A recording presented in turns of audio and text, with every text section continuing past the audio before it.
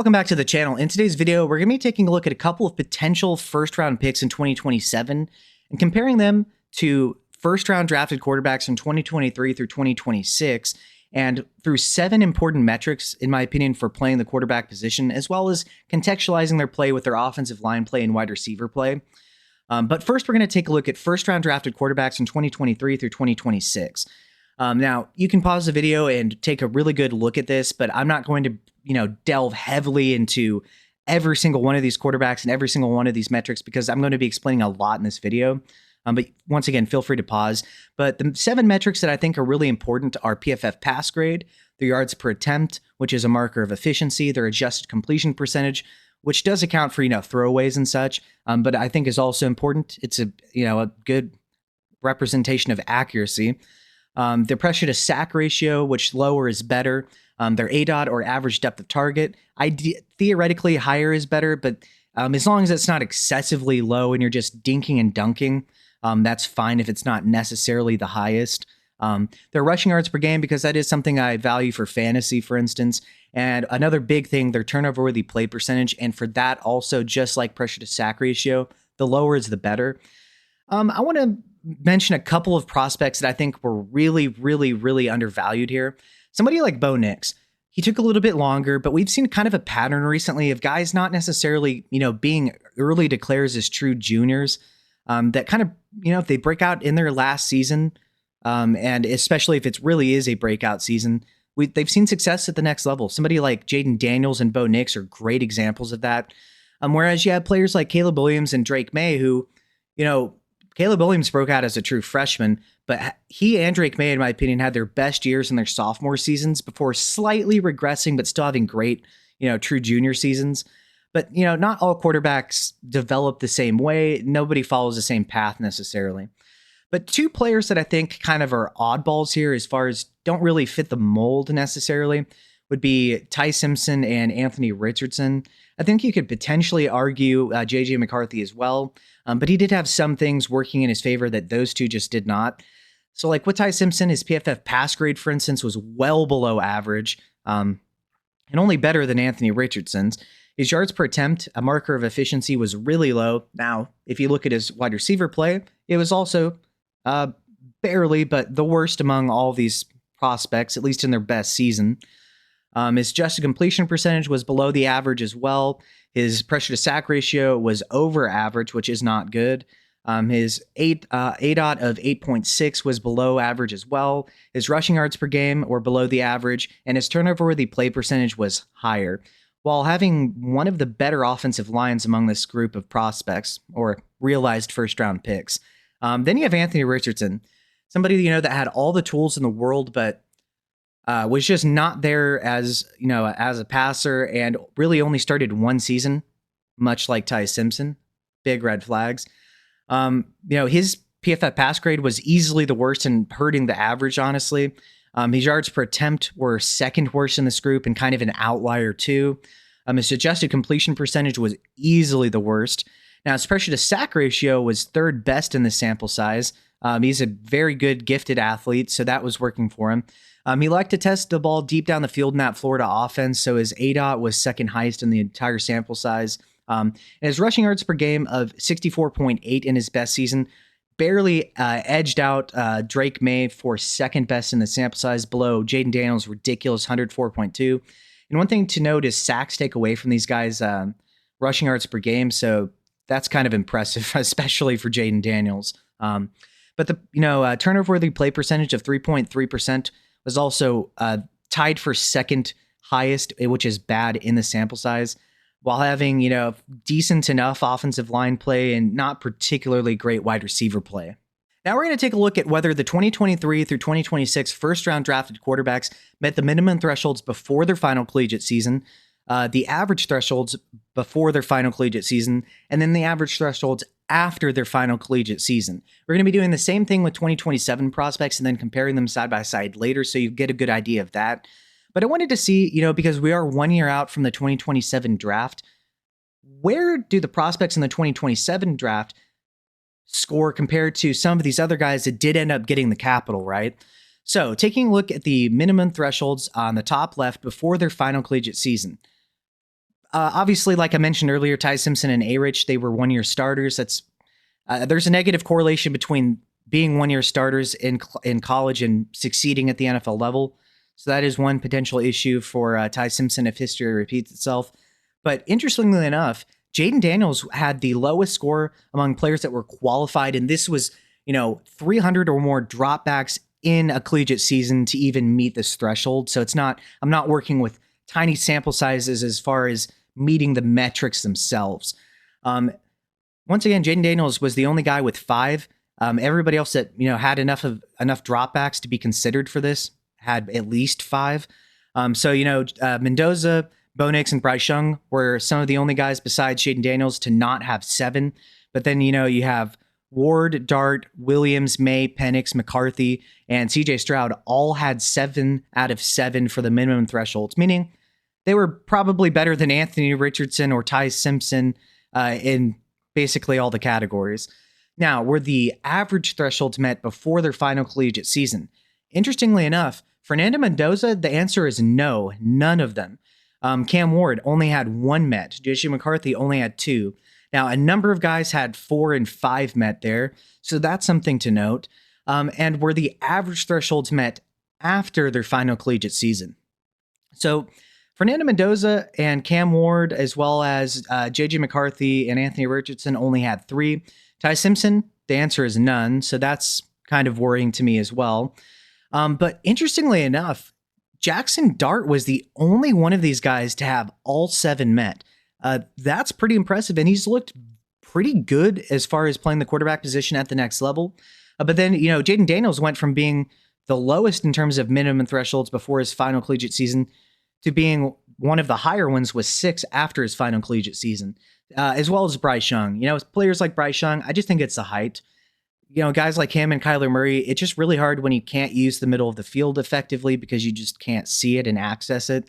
So interesting stuff here. Now, taking a look at the 2027 potential first-round prospects. Now, this is my subjective opinion. And once again, I'm not saying all of these guys will be first-round quarterback prospects this next season. But I think potentially at the least, especially if they do have a strong season this season. You have Arch Manning, Dante Moore, who I think could have been a potentially top 5 pick this past season, but chose to return. CJ Carr, Sam Levitt. Now, Brendan Sorsby, that's just contingent on whether or not he's able to, be in college this next season or if he's going to enter the supplemental draft. We don't know at this point. I'm going to treat him for now as though he is returning to college, but admittedly, we don't know yet. Darian Mensah, Julian Sand, Josh Hoover, Jaden Mayava, Drew Mestmaker, and Trinidad Chambliss, who did win his lawsuit and is going to be able to return. Now, players who, one player particularly is Trinidad Chambliss. He's 6 feet tall. Typically, you need to be 6'1" or taller to kind of be a long-term quarterback at the next level. We have seen rare exceptions like Drew Brees, but the guys that are shorter like Kyler Murray and Bryce Young are really struggling. So that is kind of a potential red flag. But besides that, everyone else here, at least in terms of the measurables that I could gather, do at least meet the minimum threshold of being 6'1" or taller. Now, there's players like, Arch Manning, who kind of had a ridiculously bad start during the first half of this past season, but finished really strongly.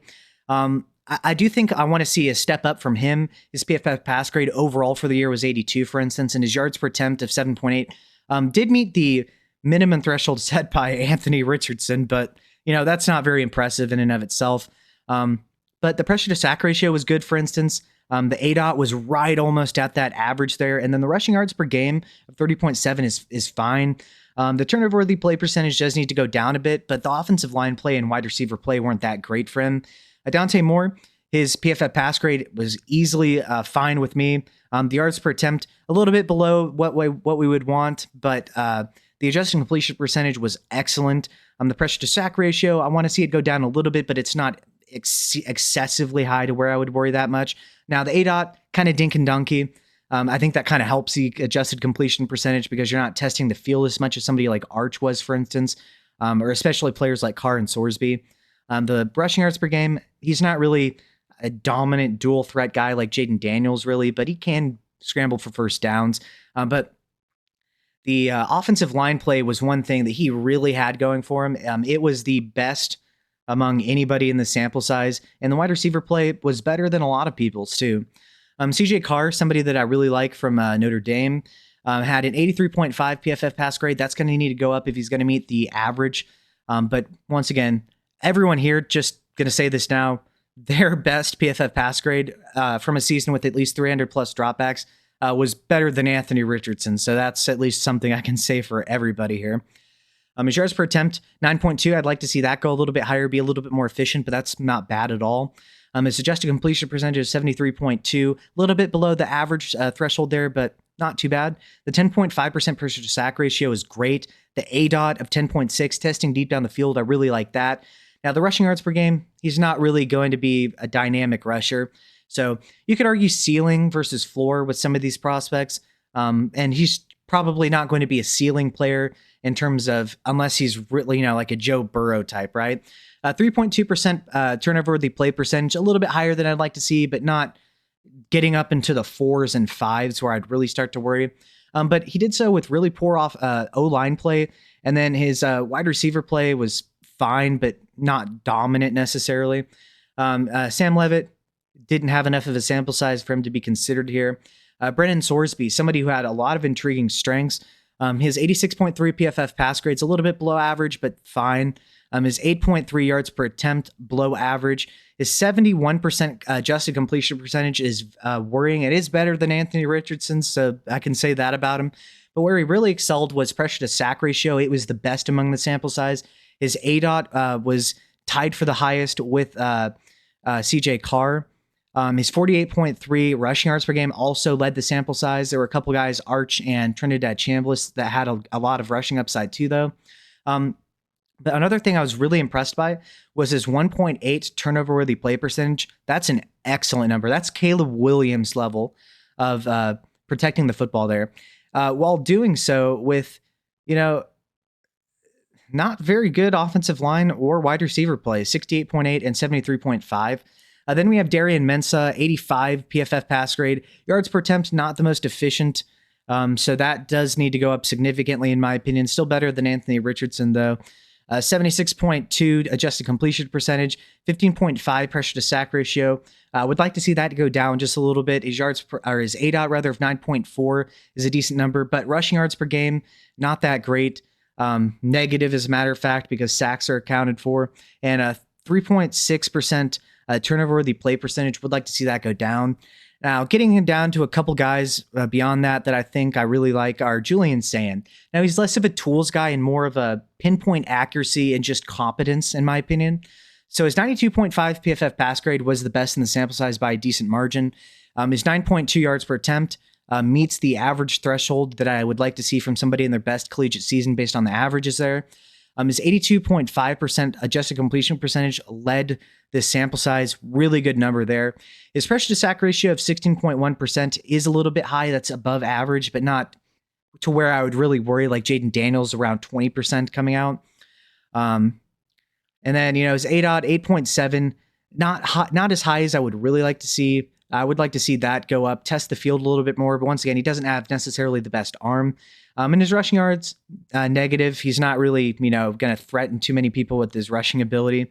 But his 1.4% turnover-worthy play percentage was best in the class. And so what this speaks to is efficiency and accuracy when you take a look at some of his strengths and potential areas of improvement. But yeah, somebody else, like I mentioned, that I really like out of this is Trinidad Chambliss. He would have to buck the trend, though, of sub 6'1" quarterbacks, but PFF pass grade, 83.7. If that goes up this next season, gets around, 88 to 90, I'd like to see that. Then I'd be a lot more on board with him. His yards per attempt of 8.8. Would like to see a little bit more improvement in the efficiency there, but not terrible either. 75.1% adjusting completion percentage, just below that average. Like to see that go up. But the pressure to sack ratio of 12.6% is very good, meaning he doesn't get sacked that often, at least compared to some of the other quarterbacks at the threshold that we'd like to see. 8.8 ADOT, so it's not as if he's just strictly dinking and dunking. But I would like to see that go up a little bit. But the rushing upside, 39 rushing yards per game, that's really good when sacks are considered. And a 2.6% turnover-worthy play percentage, that's just slightly higher than the average here. But he's not somebody that just turns the ball over recklessly either. Now, moving on to whether or not the minimum thresholds were met, you can pause the video if you'd really like to get a detailed look at which ones each one of these prospects did or did not meet here. I'm not going to go into detail again for all of these, but you can see the visual representation if you want to pause the video. I'm going to talk about the top right corner here. Are the minimum thresholds met? So Arch, Moore, Sorsby, Mestmaker, and Chambliss all had 7 out of 7, so that's really good to see. Carr, Mensah, San, and Mayava all had 6, very good, and Josh Hoover had 5. So at the very least, besides Levitt, who we can't really say because he didn't have enough of a sample size to really be qualified here, everyone else has, besides Josh Hoover, has at least 6 out of these 7. And if you remember, most of the guys that ended up being drafted first-round quarterbacks were very high in at least these minimum thresholds being met before their final collegiate season.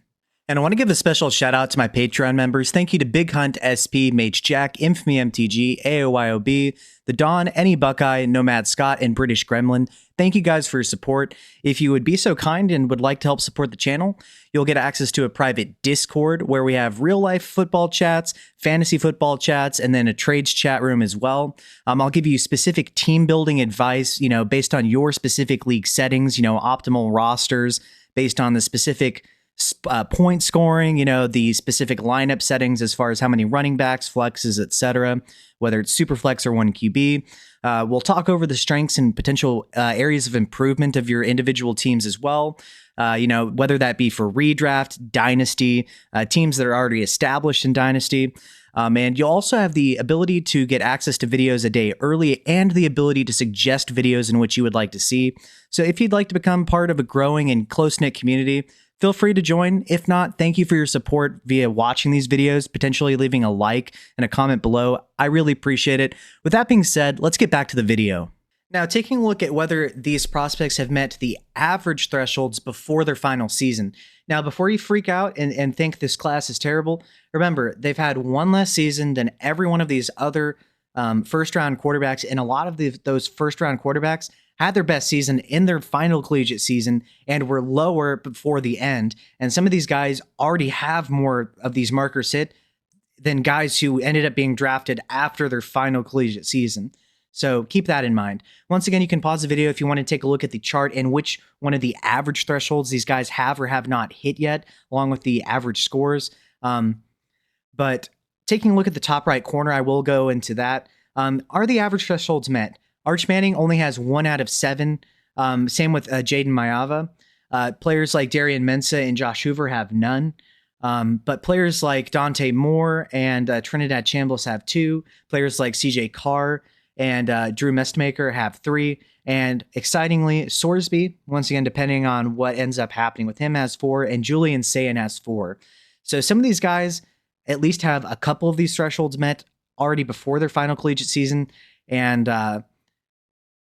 I think there's decent reason to be excited. And once again, don't freak out if they haven't met a ton of these yet. A lot of the guys who ended up being first-round drafted quarterbacks met a good majority of these thresholds in their final collegiate season, which happened to be their best. Now, taking a look at the minimum and average thresholds, were they met before each of these guys' final collegiate seasons from first-round drafted quarterbacks in 2023 through 2026, and guys that potentially at least could be first-round quarterbacks this next season? Once again, the 27 guys still have 1 more year or more, if they have more eligibility than that potentially, to meet these general thresholds, right? So there's still plenty of time. And one thing is, a good amount of these prospects had that final, season that helped them meet these thresholds in their final collegiate season. So these guys are all first-round drafted quarterbacks, sure, but they've also had most likely, at the very least, more time starting to meet these thresholds. So keep that in mind. For instance, if you take a look at were the minimum thresholds met before the final season, kind of in the top middle here of already drafted first-round quarterbacks, somebody like Jaden Daniels only had 5. Now, Josh Hoover is one of the only guys that had enough of a sample size from this year's potential prospect group to only have 5, but some of these other guys have already met those minimum thresholds earlier than Jaden Daniels has. So, and we all know how great Jaden Daniels has ended up being, right? But, a solid amount of these players did have 7 scores here. Mendoza, Nix, and Young had 6. So you see, Arch, Moore, Sorsby, Mestamaker, and Chambliss all have 7, along with Carr, Mensa, San, and Mayava all had 6. So solid comparison there. A lot of guys kind of in that same range. That helps me feel pretty good about 2027 from a baseline perspective. But taking a look at the average thresholds here, this is why I told you not to freak out. Somebody like, JJ McCarthy before the final season only had 2. Somebody like Fernando Mendoza didn't even have one of these met yet. And we all know how awesome he looked this past season and then ended up being drafted first overall. And I think a lot of us feel pretty confident in Mendoza, right? At least in hitting in general. So that's what I mean when I say these guys still have one more year to get it done and that there's a good bit of promise and that it's not a death sentence if they haven't already had their best collegiate season or a good enough collegiate season yet, because a lot of times these guys' best collegiate seasons are in their final collegiate year, right? And a lot of these guys could potentially even stay longer if they need to help give them a better chance at having one of those types of seasons and end up getting the, elite draft capital we like. So yeah, I mean, Mendoza had 0, for instance. JJ McCarthy had 2. A lot of these guys, though, did have 4 and 5. Whereas with this year, they still do have one more year, to be fair to them. But, Arch only has 1, Moore has 2, Carr has 3, Sorsby has 4, Mensa has 0, San has 4, Hoover has 0, Mayava has 1, Mestamaker has 3, and Chambliss has 2. Now, I've also kind of charted this out by class, and the 2027 class here is going to have the advantage in that I'm listing more prospects than are going to very likely end up being first-round quarterbacks. So keep that in mind, right, to be fair. But I just wanted to kind of give you a representation of from class to class what we see in terms of guys that had the minimum thresholds met after their final season. But for these 2027 guys, it's before their final season. And then I've also added up the total points for to kind of give you an idea of the collective strength of each class. So I put an asterisk around 27 because I am listing more players, which is going to generally give them more points, sure, than what's probably going to be realized. But kind of give you an idea of where we are right now and the amount of players that we have to potentially hit on that could just make the class stronger, right? So, in the 7-point mark club, you have Manning, Moore, Sorsby, Mestamaker, and Chambliss. And the 6-point mark, you have Carr, Mensa, San, and Mayava. And then in the 5-point marker, you have Hoover. So the 27 class out of these guys has 64 total points generally right now. That'll go down for sure, but showing you that there's a lot of prospects here to consider that could be first-round quarterbacks, and we're probably going to get some hits. The next best class in terms of realized was 39 points in 2024. Then 2025 and 23 had 14 and 13. And then this past season only had 6. And so in 26, you had Mendoza. In 25, you had Dart and Ward. In 24, you had Williams, May, Penix, and McCarthy at the top, then Bo Nix and Jaden Daniels. And then in 2023, you had CJ Stroud and Bryce Young. And once again, I'm taking a look at the average thresholds met for the 23, 24, 25, and 26 class before their final season, along with the 27 class before their final season, and then also scoring them as classes. I think it still gives 27 a little bit of an advantage because I don't think all these guys will be realized as first-round picks, but kind of gives you an idea of there are a lot of players to potentially consider here. So in terms of this class, you have Sorsby and San at 4, Carr and Mestamaker at 3, Moore and Chambliss at 2, and then Manning and Mayava at 1. The collective scores for the class as of right now, 20 for 2027, 0 in 26, 6 in 2025, 23 in 2024, and 9 in 2023. I mean, 2024 was one of the best draft classes for quarterbacks in a significant amount of time. I mean, you do have, the Manning and Rivers year from way back in the day. You have the Elway class too from way back in the day, but it was just a special season. And I think 27 will end up with fewer probably than the amount of prospects I'm listing actually being realized.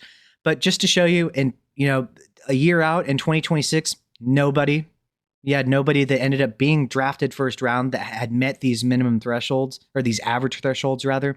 In 2025, we had Dart at a 5 and Ward at a 1, and Ward got drafted 101. In 2024, you had Williams at 5, Daniels, May, Penix, and Nix at 4, and McCarthy at 2. In 2023, you had Stroud at 5 and Young at 4. So once again, just giving you the idea that there's still time for a lot of breakouts to happen. And even though some of these guys were amazing prospects, before their final season, a lot of these guys didn't have all 7 of these average thresholds met for first-round drafted quarterbacks. So just to give you a realistic expectation, a lot of these times we're depending on guys to hit in their final collegiate season to end up being really strong prospects compared to other guys drafted in the first round. And now taking a look at the average thresholds met before their final collegiate season to after their final collegiate season to show you that, no matter where these guys are right now, we have seen some of these guys jump higher in terms of the average thresholds met. And for the guys that didn't have as much of a change, a lot of the times just because they were already really good. And so they had already met the criterion necessary, right? But Mendoza, before his final year, 0, after 3, so that's +3. Ty Simpson, not applicable for volume purposes. Cam Ward went from 1 to 3, that's +2. Jackson Dart went from 5 to 7, that's +2. Caleb Williams stayed at 5 and 5 for no change. Jaden Daniels went from 4 to 6, so that's +2. Drake May stayed at 4, so no change there. Penix went from 4 to 5, that's +1. McCarthy from 2 to 3, that's +1. Bo Nix, 4 to 5, that's +1.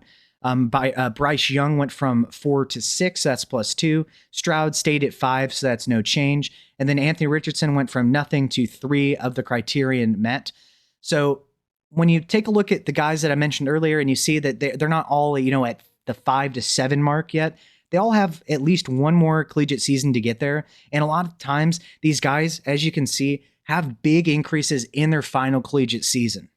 And finally, I wanted to show you guys the hit rates of first-round drafted quarterbacks from 2023 through 2026. Now, obviously, Mendoza and Simpson haven't actually played yet, so we don't have any metrics here. But for Ward, Dart, Williams, Daniels, May, Nix, McCarthy, Penix, Young, Stroud, and A-Rich, I took a look at all their seasons, took a look at how many QB1 finishes they had, QB2 finishes, obviously totaled the number of seasons they've played. Took a look at their percentage of QB1 seasons, QB2 seasons, or QB1 and QB2 seasons combined. So when we take a look at the hit rate of quarterbacks, there were 6 total QB1 finishes between all the seasons of these guys played. There were 9 QB2 finishes of all the seasons of these guys played, and 23 total seasons between them. The percentage of QB1 finishes among all of these players was 26%, so roughly about a quarter, a little bit higher than that of them. And 39.13%, so almost 40%, had a QB2 season. And so in terms of hit rates of having at least QB1 to QB2 finishes among all these players throughout all their seasons, you have about a 65.22% chance of that happening.